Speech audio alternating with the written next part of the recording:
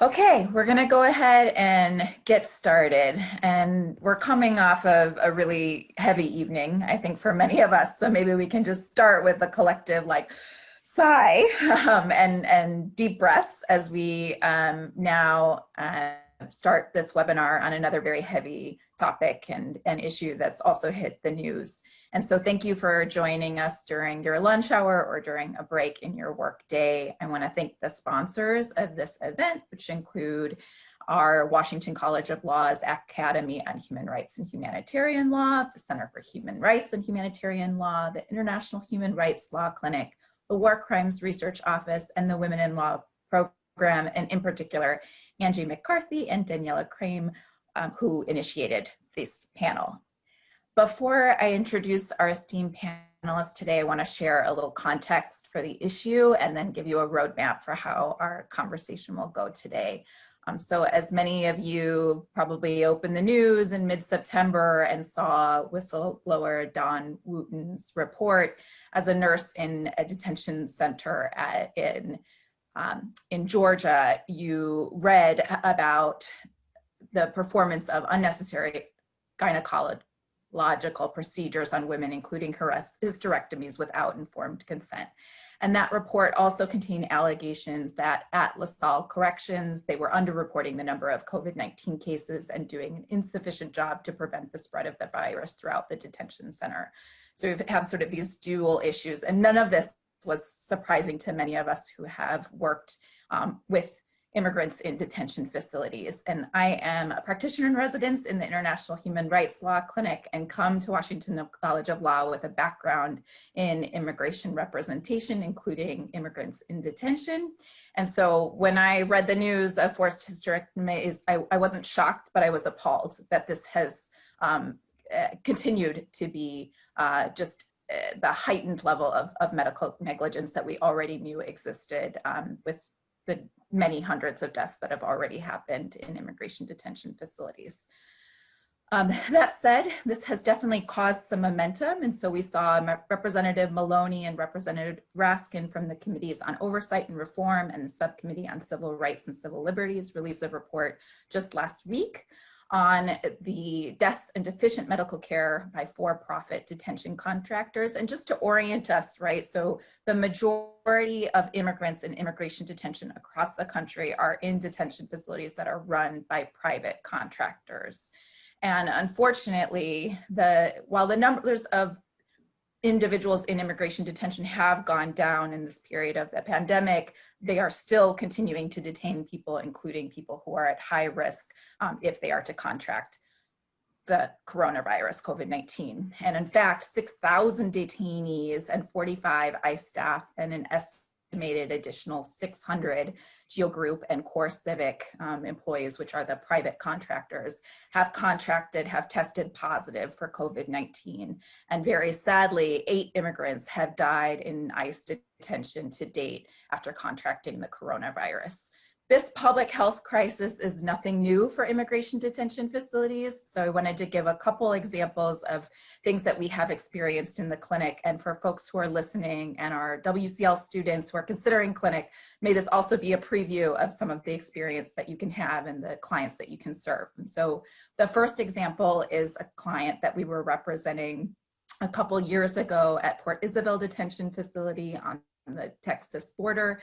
And that client, when we came to visit him, was in the midst of a mumps outbreak at the facility. And so unbeknownst to us, they let us in. There was this rapid spread of mumps in the facility.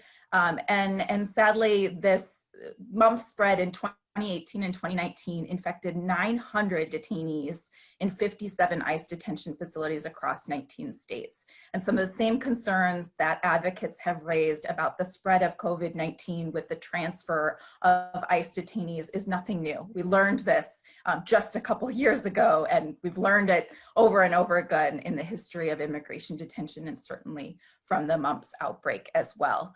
So that client particular, we were able to secure his release, but it was a very difficult case, and our efforts were complicated by the mumps outbreak because we actually had to fly back to Texas again because that initial outbreak, they would let us into the detention facility, but not into the immigration court. The second example, which really speaks to this issue and which our first panelist will also address, is the effect of women who are seeking gynecological procedures in immigration detention.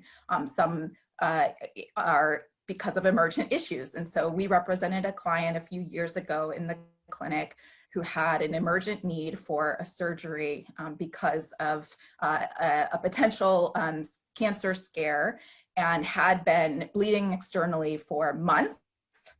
She had been in immigration detention for a very long time, for nearly a year at the time that we met her, and she needed care. And so we elevated her complaint with the Office of the Inspector General and the Office for Civil Rights and Civil Liberties within the Department of Homeland Security. And we got to a place where they were going to approve the laparotomy that she required. And in fact, in the future, it did become a hysterectomy. But the same day that they approved her treatment, they released her. And they released her on a bus to our local Union Station here in Washington, D.C. at 1 a.m. And as her student attorneys had to go and pick her up and bring her directly to the hospital. And so this was an incident of ICE actually scapegoating the care that they had approved for her, and instead releasing her without medical insurance, bleeding externally, at 1 a.m. to a bus stop in a city where she did not have any family members, friends, other than her attorneys. And so these two examples hopefully just highlight that this is unfortunately nothing new, but we are going to learn some more about what has happened now, and some thoughts about how this fits into the regional human rights systems and how this fits under international law, and how we can contextualize some of what's happened as being not just particular to the US, but also a human rights violation that has happened to women across the region. So our panelists for today are Sarah Owings, Professor Claudia Martin, and Professor Susanna Sakoto. And the roadmap of the discussion will be that we will start the panel with Sarah Owings.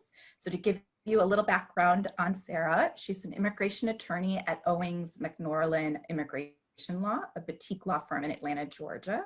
She served as a past board member for the Georgia Asylum and Immigration Network, and has served in various roles on the American Immigration Lawyers Association, including on the board of governors.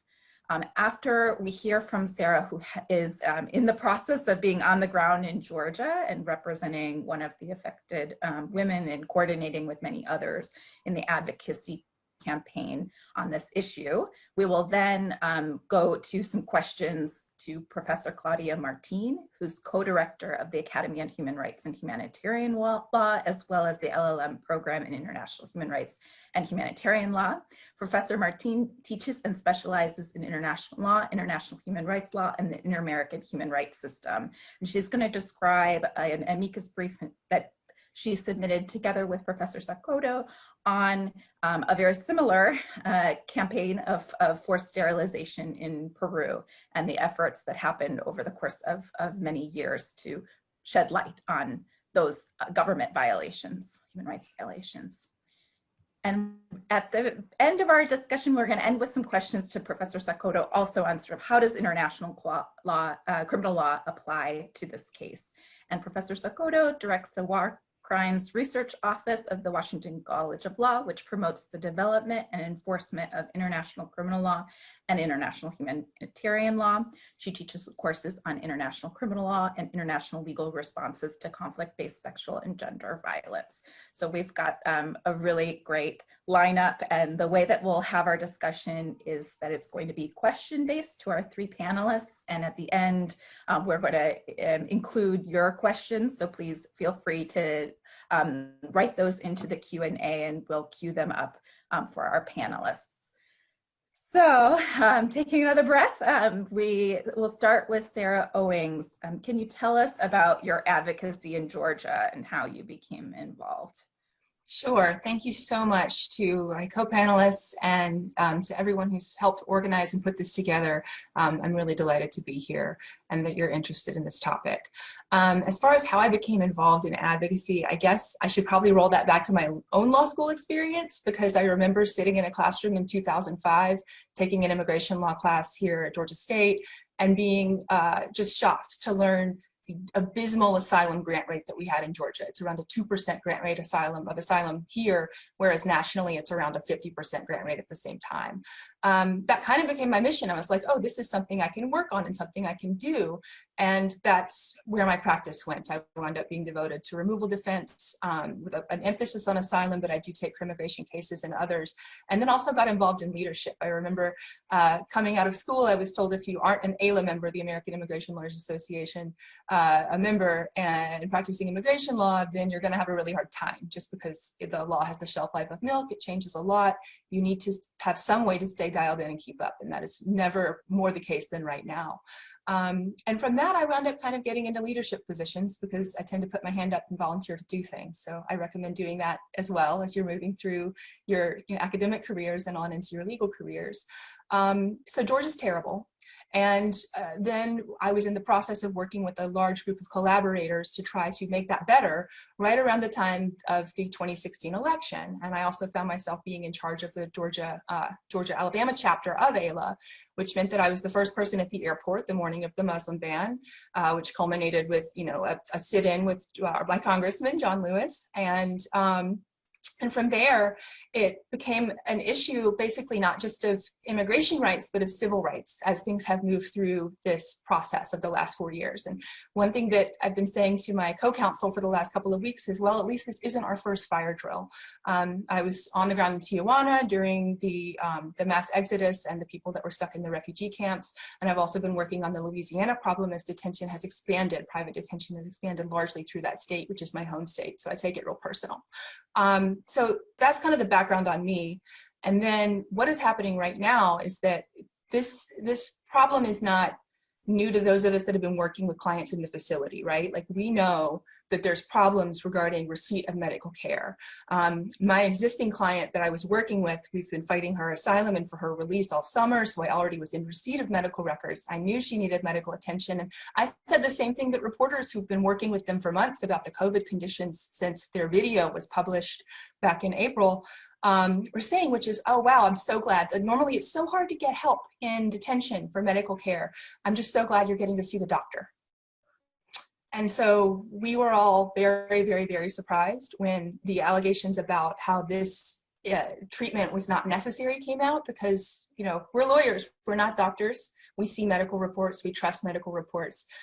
If something is indicated as like a necessary surgical procedure, I'm not in a position to refute that. Some of these women were advocating and saying we need to have a second opinion, or this doctor is rough. In talking to colleagues the morning after the whistleblower report broke, it became clear that there were concerns about this doctor in particular for some of the women who'd raised it with their clients and with the facility previously. And then it was just kind of off to the races, a question of how do we stop deportations. We had a whole list of missions. We had to stop the deportations. We had to stop the women from seeing Amin. We had to gather all of the medical records. Those are still, it's very difficult to get information at this time. Normally it's hard to get records, but they're kind of reticent to hand that out. So developing legal strategies just around that piece before we get to congressional involvement, media involvement, having all the right eyes and the attention on this, making sure that we're building a case that can be investigated. And so it's wearing a lot of hats and working with a lot of collaborators. This is not a one-person effort. It's also roping in all of the existing counsel to make sure that we're on the same page regarding litigation strategies and how things will be lifted up to Congress, and where these messages get pushed out in order to try and get us the resolution that we need. And also, of course, working directly with the women. The very first thing we did was to send 2 organizers to the facility. As soon as we could, we got people on the ground that were able to talk to them and make sure that they collectively understood what powers they had, what would happen next, how it would work if we had a congressional delegation come in, what the messaging needed to be, because many people have different wants and needs. Like, we had individuals that wanted to be deported as quickly as possible, and if this was going to slow that down, then they did not want to have any part of it, and we were concerned about what they would say or try to cover up when we had Congress people walking through the facility for that congressional delegation. So we had to make sure that there was an agreement and an accord between all the different people who were involved in this. So it's been moving a lot of pieces for the last few weeks. And so yeah, the current effort, I think that kind of explains it, but I'll stop there. There's more. I could go on about this for hours as I do every day, but I'll go ahead and move to the next question, I guess. Yeah, so you have described this issue as, you know, your focus right now has been Georgia, but do you believe that the practices in Georgia are part of a larger pattern or practice throughout the country? Yes. Okay. So if you're talking specifically about the gynecological practices that we've seen with this doctor, I think just looking at it from the perspective of what went on within the facility, what we're seeing is that, yeah, he's the main bad actor and that he's the doctor, but he didn't do this alone. There were people within the facility that had to transport these women to these appointments. There were medical referrals out that seem to be very systemic in their nature. We're seeing people referred for things like constipation, or in one case, a broken rib. Like that is getting people sent to an OBGYN as opposed to getting the medical care that they actually needed. And it is for money. Like, I think that that's pretty clear that there is a fraud scheme involved. We've kind of drilled down on the numbers, and that information is publicly available data on what the reimbursement rates are for these kind of procedures. So this doctor was making a lot of money for these surgeries that were not medically indicated. And from the doctors that we've spoken to, they say, oh, this is not a new thing. Like, there's doctors, not just in the context of immigration detention, but nationwide, who have engaged in similar fraud schemes. It's not novel. It is very disgusting, though. And so, yes, it's systemic in that way. And today, if you keep your eye on the media, a report will be dropping. Tina Vasquez at PRISM will be reporting on how this doctor was doing the same thing more broadly in the community. It was not just people within the facility, but citizens who were largely minority, with voiceless, typically low income, who were having to see him because he was a Medicaid doctor in the area. And so we know that that's part of the problem. And does it point to something bigger? Absolutely. I think it points to systemic problems with medical care and treatment of minorities who wind up essentially having their bodies harvested for money. Yes, there's that. As far as the immigration piece of it goes, what I've done through my role with AILA, because I'm on the Board of Governors and also on the a liaison to the Immigration Court and to ICE, we have conducted a unified survey where we're asking everyone to input examples of medical abuse and neglect, because we really don't want to lose that focus. While the gynecological aspects of this and the forced procedures without consent is terrible, at the same time, that whistleblower report was about overall medical neglect and the problems with accessing care. And we don't want to lose that in this, because that is absolutely a problem nationwide. The conditions in all the facilities are terrible right now. They're not able to properly socially distance or have PPE or do any of the things that people need to be able to do, especially during a pandemic, which has just exacerbated the other conditions that we had. And we are seeing that. We are seeing some patterns where there's other questions of consent. And I will say, like, I'm just thinking about this also from the term of a case that I had a few months ago that I took through Haitian Bridge Alliance early in the spring. And it was a woman who had an ectopic pregnancy at the border and had to have surgery and lost a fallopian tube. At the time, going through that, we received the medical records, went for independent medical review, all the steps that you would proceed with in a case like this, where you want to make sure to get some answers for your client as they move through their process. And we were told, no, like, it appears that all the medically necessary things were done here. But now I have doubt. I don't know that I can trust medical records when I look at them to actually be honest. And so I think independent medical review is really necessary. And that one of the asks that we have is that each of these women be able to go and see a physician of their choosing, not in shackles this time, to make sure that they have appropriate medical care and answers to the questions that they have. I think that's it on that. Anything follow up? Yeah, so we have, you've given us an insight into what is happening in the facility. So who can hold these players accountable? I think that's something that the Immigration Nation series on Netflix does, is show how all of these pieces sort of combine to create this massive human rights abuse and deportation machine, right? So who within the US government is investigating the whistleblowers' claims and others that have been brought to light? And who else do you think should be held accountable? Who should be called to act? Okay. Right, yes. So right now there is an IG investigation in the Office of the Inspector General, and they have interviewed the whistleblower, the original complainant in the complaint that was filed, and are moving through their investigation. I have not myself spoken with them yet. What we're trying to do in order to make any investigation that does happen go more seamlessly is make sure that all the clients that we have access to, we're obtaining medical records, we're having them submitted for independent review, we're obtaining the declarations from these women about what occurred, making sure that we have things like transfer reports and all of the other data that really shows the fraud scheme as it was. I can tell you, because I know everybody's saying, well, are there a million hysterectomies? Like, what's happening? That is not the case here, just to be clear. Yes, there are cases of hysterectomies. Yes, we believe that there are more than what ICE says they referred out of the facility. They're still not answering the question of how many hysterectomies were actually performed. But as far as invasive and unnecessary medical procedures, there are lots of them. And more that people, that are indications that people were being pushed to have those procedures, some that they did not actually have them, but were diagnosed in such a way that they were indicated for surgery, and often getting this to the exclusion of other medical care that they did need.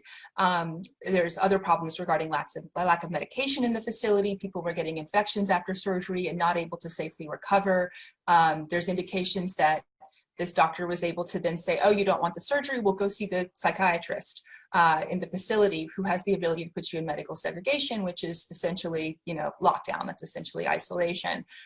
So there's an element of coercion that we're also seeing there that we're trying to make sure that they look at, and getting all of that evidence together to give to the individuals that are going to, in the bodies that are going to be investigating this, is what's happening. I can tell you that we are in contact with a number of consulates. There is interest from the international community about this, and absolutely we're in touch with groups that would be building out this case because we do believe some of it meets the definition of torture, and I'm certain that Dr. Martin will have more to say on that. But I think that it's a situation right now where the next piece really is also our advocacy push, in addition to litigation that we'll be filing, right, which will probably also prompt investigations and the IG investigation. The advocacy push is very important because we had the congressional delegation come and visit the facility, and right now there's a resolution on the floor that relates to this, and we believe that we will have forthcoming investigation as a result of that resolution if we're able to get it passed. And it looks like we will, and I have an ask for all of you as a result of that. So we'll get to that when we talk about advocacy. That's exactly where we're at. So the ask for all of us. So please tell us how can we support these efforts, and if you can also speak to if there are particular opportunities for law students that would also be of interest to lots of folks on the line. Certainly. So the first thing would be to sign the petition. There is a petition. I believe you have access to it. I don't know if we can throw it in the chat or the Q&A. It's the one that Detention Watch Network has put together regarding shutting down the facility, right? The other thing is House Resolution 1153. Congresswoman Pramila Jayapal, who has been a good friend to us through the House Judiciary Committee, has submitted this resolution condemning the conditions at Irwin and demanding investigation. This was filed on Thursday after our closed briefing. We've done several briefings with Congress behind closed doors, but a closed briefing we had on Thursday with Congressional Hispanic Caucus. That dropped and was immediately at 182 signatures. And then it's the push to try and gain yardage. And we're now up to 225 co-sponsors for that resolution.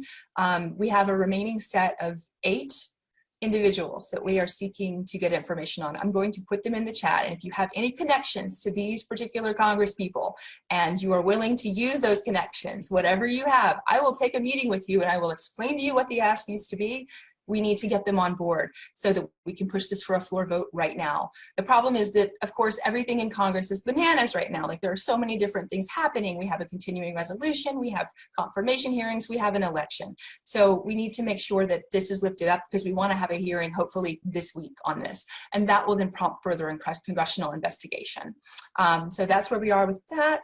As far as individual actions that you can take, definitely be involved in your clinic. be involved in finding cases in your own area, because this is not just a Georgia problem. And we have a lot of people with hands on it here, but finding other things that need to be brought to light and giving voice to the voiceless, that is super important right now. So I will just leave you with that. And I'm going to put, maybe just put this information in the chat. Is that okay? Will everybody be able to see that for our congressional efforts? Okay, wonderful. I think that's it for me. Okay. Thank you so much, Sarah. And so we're going to now move to contextualizing this in the regional human rights systems and sort of what else has happened in our region and similarly. And unfortunately, as mentioned at the beginning, this is not the first time that we have seen women's reproduction be the recipient of abuse by the government or government actors.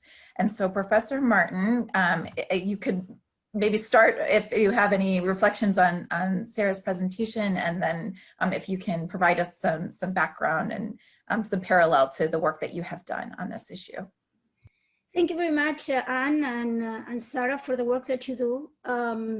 I think one of the most interesting aspects of this discussion is that usually documentary is a challenge. And I think that we will see this repeatedly in all the cases where you have cases of forced sterilization. There's also a disregard, sometimes the sense that there was a need for doing that. And that the fact that the medical emergency required that women were subject to some form of sterilization was prioritized over consent from women.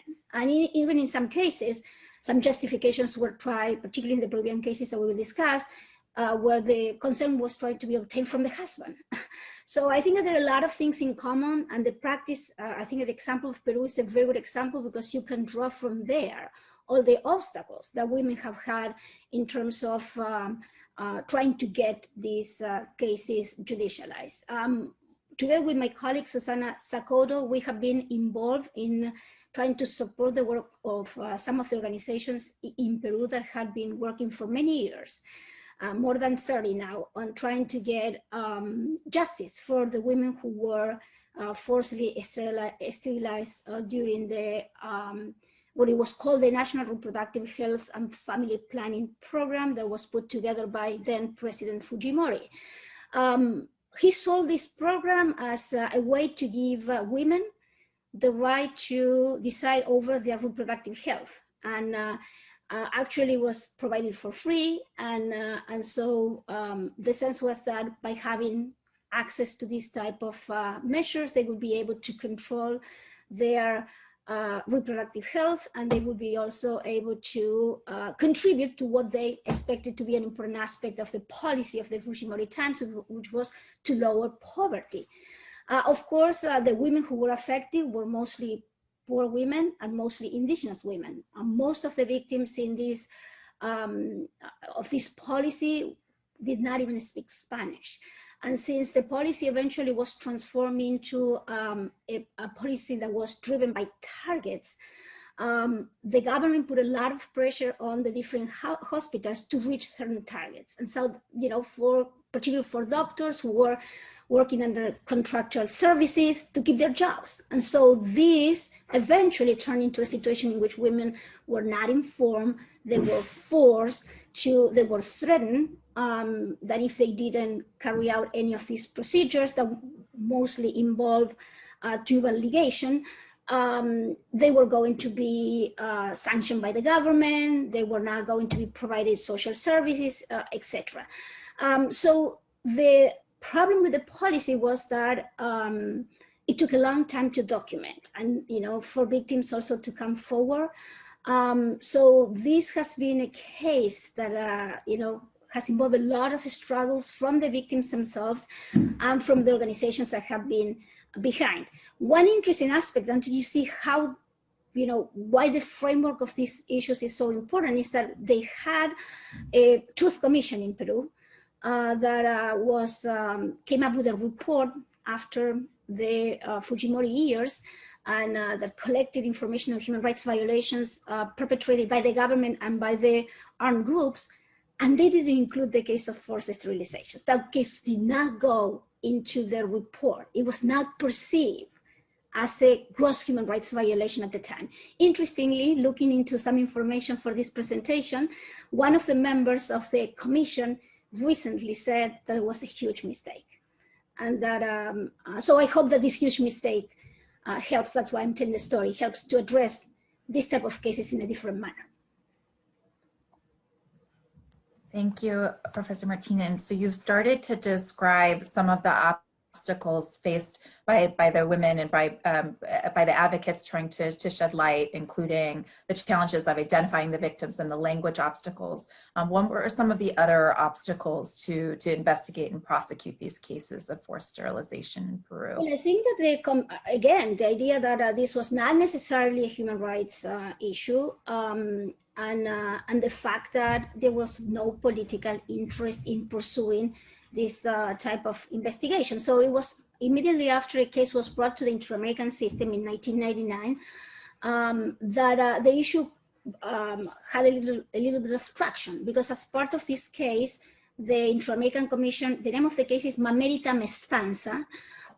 As part of this case, the commission and the victims reached a friendly settlement. And one of the aspects of this friendly settlement was an obligation to investigate not only the case of Mamerita Mestanza, who had died as a result of the procedure that she underwent, but also to investigate all the other complaints that were involved in, that were carried out as part of this practice. This particular friendly settlement kept the case alive, because the case has been tried to be shut down for many years, and they have had several prosecutors investigating. You have to understand the politics of the country. The 3 ministers of health who were involved in the implementation of the policy were highly connected to the Fujimori government, who was in power in Congress until last year. So there were many obstacles in the investigation of this case. The case was rejected, was archived several times, was reopened mostly because of the existence of this friendly settlement and the work of the Inter-American Commission pushing for the settlement to be respected. Currently, the case is being, after all these years, charges have not been presented to the accused as of today. This was supposed to happen at the end of last year. And of course, because of the crisis of COVID-19, the case has been delayed. We got involved in this case also with one of the amicus that you mentioned, because of one of the accused, one of the ministers of health, argued that he had a right to be tried within a reasonable time. And this case has been ongoing, or the investigations have been ongoing for more than 18 years now.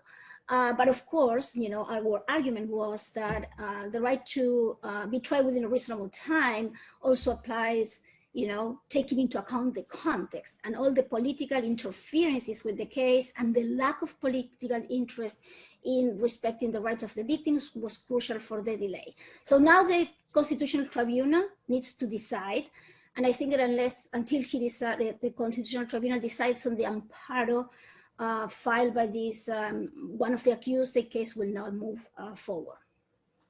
So thank you for describing sort of how in this case, the Inter-American human rights system was so crucial, because the domestic system had failed the people affected. And so I'm wondering, as the US is also part of the Inter-American system, and in the International Human Rights Law Clinic, we have several cases against the US before the Inter-American system. I'm wondering if you see some applicability in this case to forced sterilization, medical negligence in ICE detention facilities. I think the most important case is one decided by, this was a case, and then I think that Professor Sakoto will explain about practice and the notion of practice. The situation of Peru involved a practice. There were about 300,000 victims who were affected by this policy. They haven't been able to identify all the victims. There is now a registry that involves only 7,000, around 7,000 victims, which is plenty. I'm not trying to say, but they have not been able to identify all of them. However, there's another very interesting decision from the Inter-American Court of Human Rights. It's a case called IV versus Bolivia that involved, again, another case of forced sterilization, a woman who had a C-section, and then the doctors decided that his medical situation requires some additional procedures, and then they carry out a tubal ligation without her consent. The most important thing of that case is that the Inter-American Court articulated very well the obligation to obtain prior, free, full, and informed consent before carrying out any of these procedures. And they articulated the development of this obligation. And they found a violation by Bolivia, but I think that the lesson learned from that case is how you can use that language. That is an individual case, it's not even a practice case, but still in individualized cases, even if you cannot prove practice, these obligations should prevail. In terms of the other advocacy opportunities is the, of course, the opportunity to keep the case alive. And I think that that's why I mentioned the friendly settlement. Through this friendly settlement, there are other cases that are coming up in the pipe in the Inter-American system. There's another case before the CEDAW committee that was recently filed as well. But Mamerita Mestanza and the friendly settlement has been the trigger for keeping the case alive in the domestic courts in Peru. So you can use those mechanisms for, you know, again, trying to propel investigations at the domestic level. Okay. Thank you so much, Professor Martin. And to give us time for questions at the end, I'm going to go to Professor Sakoto and first invite you, if there's anything that you wanted to pick up on the thread of Sarah Owings or Claudia Martin's presentations, give you that opportunity first. Thanks so much, Anne, and thanks for organizing this event in such a timely way. I mean, this is obviously front and center in the media as well. I'm gonna, I'm conscious of time, so I'm gonna fold some of their, the comments that Sarah and Claudia made into my remarks rather than discussing them right now, because they're really relevant in the analysis that I think I'd like to share. All right, so to start, can you give us our sort of international law 101, how are forced hysterectomies a crime under international law? So good question. Forced sterilizations and the jurisprudence that Claudia talked about reinforce this, clearly amount and can amount to a human rights violation. There's various human rights violations involved in forced sterilizations. The question I think that you raise is whether forced sterilizations can also trigger criminal responsibility under international law.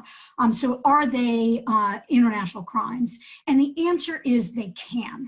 Right? Since at least World War II or the post-World War II era, international criminal tribunals have recognized that crimes against humanity may include acts of forced sterilization. For example, in the medical case, Nuremberg prosecutors tried and obtained convictions for crimes against humanity against several individuals who had conducted forced medical experiments on patients, including forced sterilizations.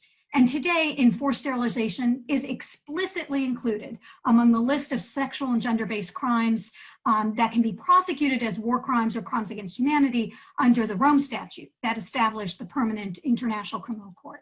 The question is, when can forced sterilizations actually rise to the level of an international crime, like a war crime or crime against humanity? And that question depends on the context in which they occur. Right, so many acts like murder, like rape, or forced sterilizations constitute serious crimes under domestic criminal law. But it's the context in which those acts occur that differentiates ordinary domestic crimes from international crimes like war crimes or crimes against humanity. So what do I mean? In order for any of those acts to constitute a crime against humanity, for instance, they cannot be isolated acts. They have to take place in the context of a widespread or systematic attack against a civilian population. Similarly, in order for those acts to constitute war crimes, they have to take place within and be linked to an armed conflict. So essentially, international crimes are often divided into two parts. One is the context, the contextual elements in which the crimes occur, and two are the individual acts, the rape, the torture, the forced sterilization that takes place within those contexts. Okay, and I think that Professor Martin has started to apply that those elements of crimes against humanity to the Peruvian forced sterilization case. Can you tell us a little bit more about what you learned in the course of that advocacy campaign on the context and the individual acts? If there's more that you want to add. Absolutely. So under customary international law, which is the law that would be applied here, the contextual elements of a crime against humanity require certain things, require proof of an attack, that it was directed against a civilian population, that it was widespread or systematic, that there's a nexus between the individual acts of an accused and that attack, and that there was some evidence that the accused knew that his or her acts were part of the broader attack. The enumerated acts include enforced sterilization, as I mentioned. So the question then is, how were those elements applied to Peru's National Reproductive Health and Family Planning Program? And our office wrote actually another brief, an amicus brief on this issue in the case that Claudia described, in an effort to convince the prosecution to reopen the investigation it had closed earlier into the program. And in brief, what we said, we made the following arguments. With respect to forced sterilization, the key elements were that a perpetrator deprived victims of biological reproductive capacity, and that the conduct was neither justified by medical necessity nor carried out with genuine consent.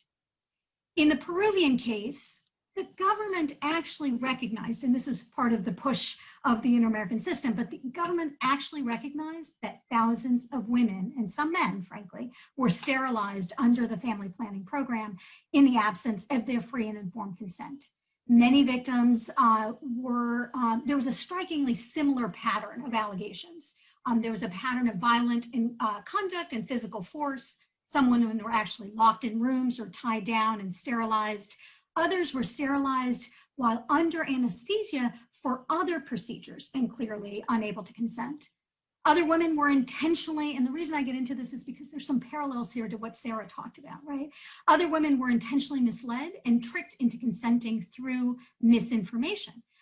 For example, illiterate women were told that they were signing a consent form for a type of medicine or another procedure when in fact they were signing a consent form for sterilization. Other women were given false or incomplete information that essentially prevented them from making a free and informed choice. For example, many victims were not told that sterilization was permanent, that they would not be able to have children. Some were told that this was a temporary form of contraception. Others were told, few were told about the risks of the procedure. And even when some health workers attempted to provide some information, many of the women sterilized were Quechua speaking and or illiterate and didn't understand what the Spanish speaking health workers were trying to explain. So the question in this case was not so much whether forced sterilizations had taken place under the program, but rather whether those forced sterilizations had taken place within the context of a widespread or systematic attack against the civilian population.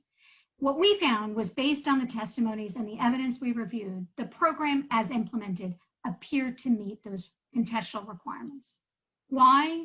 Well, first, with respect to whether there was an attack, that term, as we noted, under customary international law, that term is defined as a course of conduct involving the commission of acts of violence. Those acts of violence are not limited to the use of armed force. They can encompass any kind of mistreatment of the civilian population. And as I mentioned, during the program, thousands of individuals were forcibly sterilized. They were forced to submit to sterilizations against their will, by being locked up, by being operated on without their knowledge, by being subjected to severe and repeated threats that Claudia talked about, or by given false or incomplete information. What's significant here is that these forced sterilizations were committed as part of a government mandated program to dramatically increase the number of sterilizations, a goal that was pursued by requiring doctors and healthcare workers to meet sterilization quotas. Claudia didn't mention that term, but they were actually quotas, right? The quotas were enforced. There were sanctions against medical personnel if they failed to meet the quotas.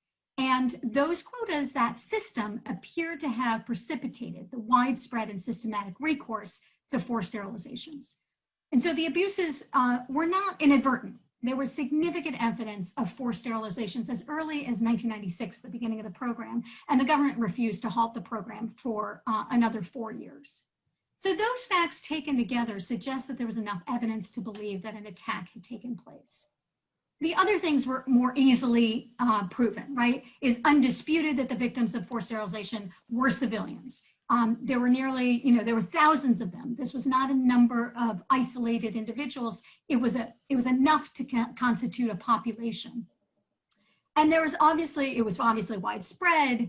In addition, it was systematic. The crimes followed a common pattern, both in the nature of the attack and the types of victims. The crimes were perpetrated in pursuit of this state program. They were planned, organized, they were closely supervised by high-level public officials and supported by significant public and private resources. And finally, with respect to knowledge, there was little doubt that members of the government implementing the program chose to continue the program despite knowledge of the attack. There were concerns raised as early as 1996, complaints made to numerous high-level public officials, but despite the prevalence and the pervasive reporting about the abuses, the government continued the sterilization program. So in here, I think the evidence we examined suggested that forced sterilizations under the Peru's program constituted a crime against humanity.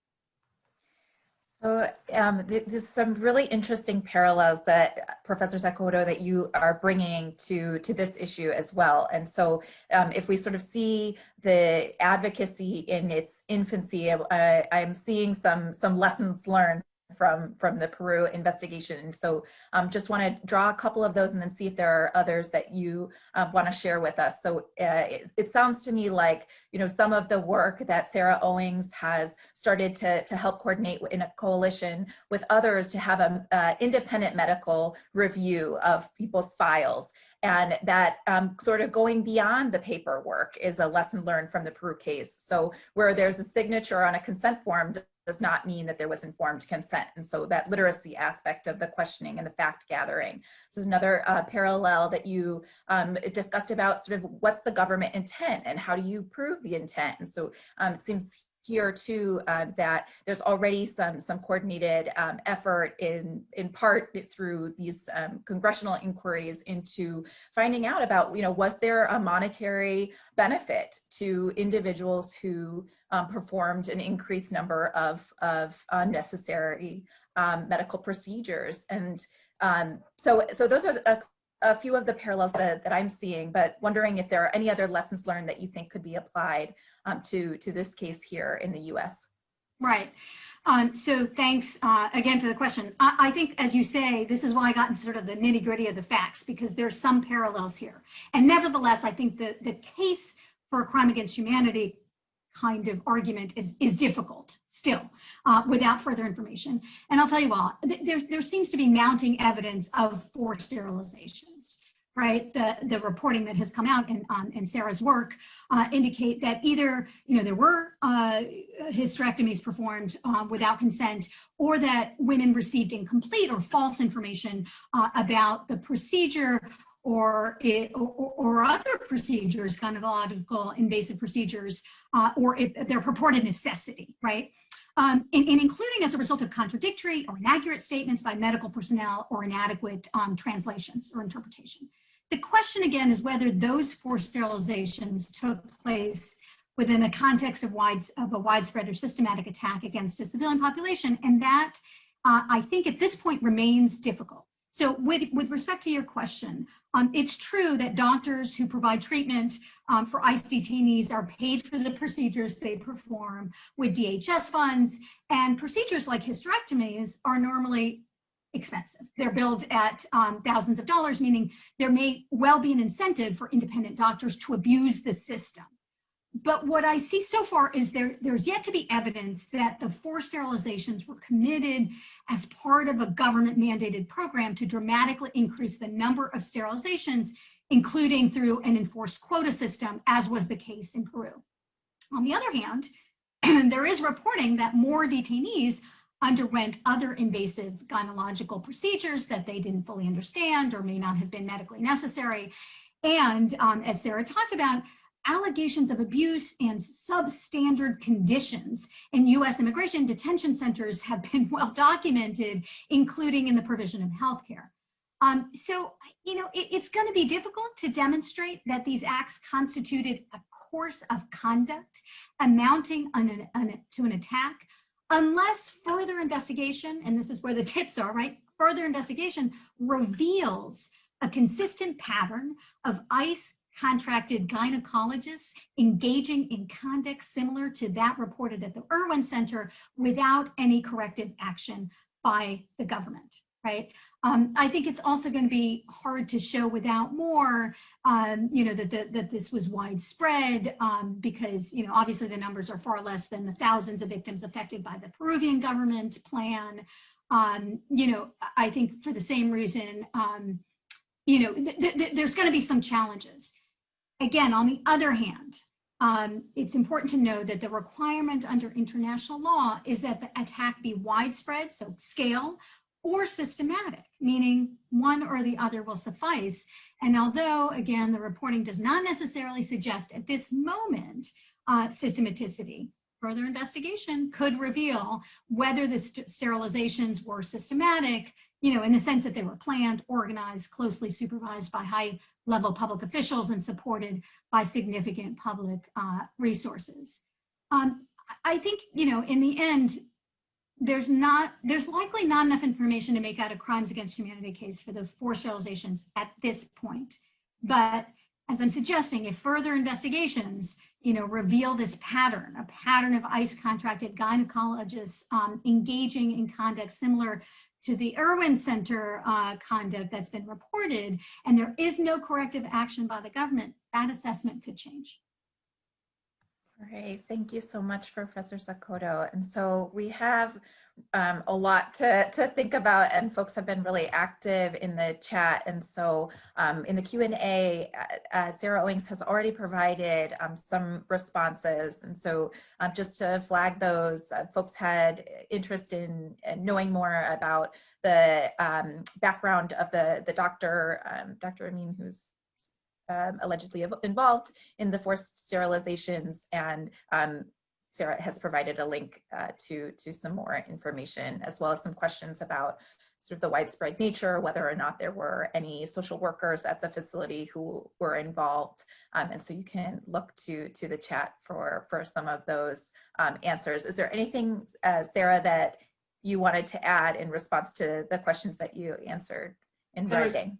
In response to the ones that I've answered already, I don't think so. I mean, I could go on about each of these topics for like an hour, but I think just to kind of give you an overview, that's where we are.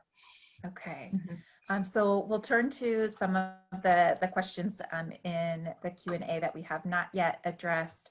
And so for you, Sarah, for new attorneys or volunteers representing detainees in removal proceedings, what mitigating factors or defenses can we present in court if it is found that our client has been neglected medically, or in this case, violated?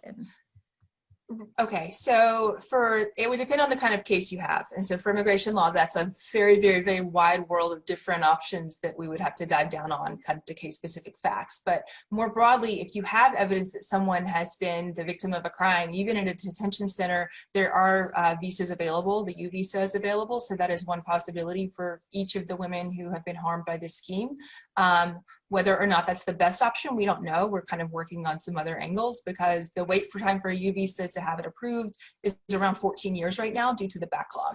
So that's not an immediate solution, and definitely not a solution under the Trump regime, because they are not permitting people to have immediate immigration benefits or a stay of removal based on U visas. But that is one way you can go, and it's definitely an issue that you would be raising in court.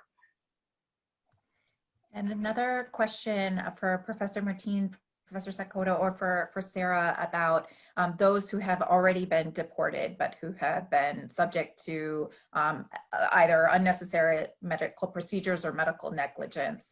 Do you see remedies available to them from abroad?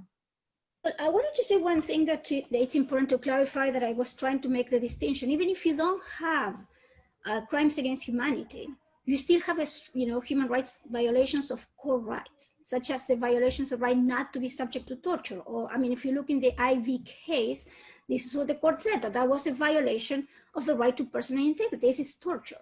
And so I think that even in those, even if you cannot frame the cases within an argument of crimes against humanity, there are still responsibilities for those who are involved, including state actors, because under international law, even if the private actors were the ones carry out the actions, depending on how close they are to the government, there are different ways to establish the responsibility. I think that clearly there is a state responsibility in these cases. We don't have time to discuss all the different elements, and so those victims, even if they are deported, they can still argue their cases before the Inter-American system. They could bring all these cases before the Inter-American Commission on Human Rights, assuming that they don't have any way to exhaust domestic remedies in the US. And so I think that they don't need the support of their governments when you make a human rights argument. However, I want to say that there are news, I don't know if, I think we all share that information. The Mexican government has been trying to investigate whether or not, these claims are certain, if there's documents, if it is documented that Mexican women were involved in or were victims of this practice. But you don't need the government. This is a human rights violation per se. And I want to underline that the issue of consent is also crucial. And so that this, even if we cannot prove crimes against humanity, doesn't mean that we cannot do anything. I think we can still make a very strong argument that the US is responsible for the violations of human rights of the victims in these cases. I would just add to that part of it. We are talking to a lot of people who've already been deported, so a lot of women. And one of the things that we're looking at is, congressional intervention to get them to return, or DHS because of the investigation. So we're looking at options including significant public benefit parole, the idea of like some sort of entry for this prosecution, depending on how things work. So we're, we'll see on that. But that's in addition to the answers that Professor Martin described. So just to add, it's so important that what Claudia said, that the same set of violations could give rise to different forms of responsibility, state responsibility or criminal responsibility. And so, there are two different forms of responsibility in each matter. And even if you don't make out a crime against humanity case, you certainly have state responsibility for violations of human rights. And the evidence used from anybody who's been deported that was potentially subject to the same set of violations, the same treatment, could certainly be used to support further investigations on the issues that I've left open, right? On whether or not this is pattern behavior that could amount to, a course of conduct that could constitute an attack. Yeah, and so I think that in the immigration law world, we've got some tools. We just, are continuing to advocate for parents who are separated from their children and who are seeking justice despite their deportation, despite having to seek justice from afar. And so I think,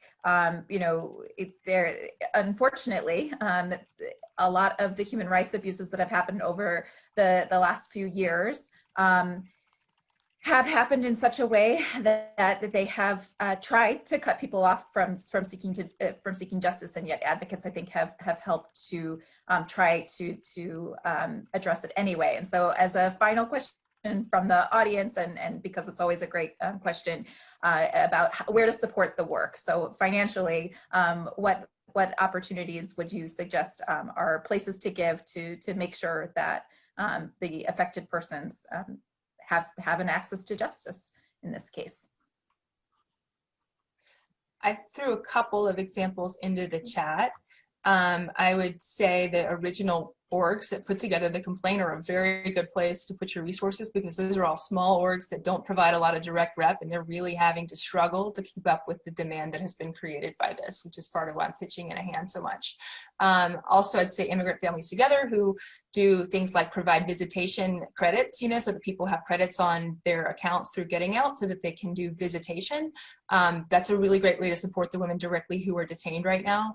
The same thing with Families Belong Together, who are supporting these sort of broader litigation efforts that we're in the process of streamlining and putting together with the other actors. All right, we had some other excellent questions in the Q&A, and I'm sorry that we won't get to all of them, but we really appreciate all of you joining us. Want to give our panelists our virtual round of applause and thanks for sharing their expertise today. Any other final words from our panelists?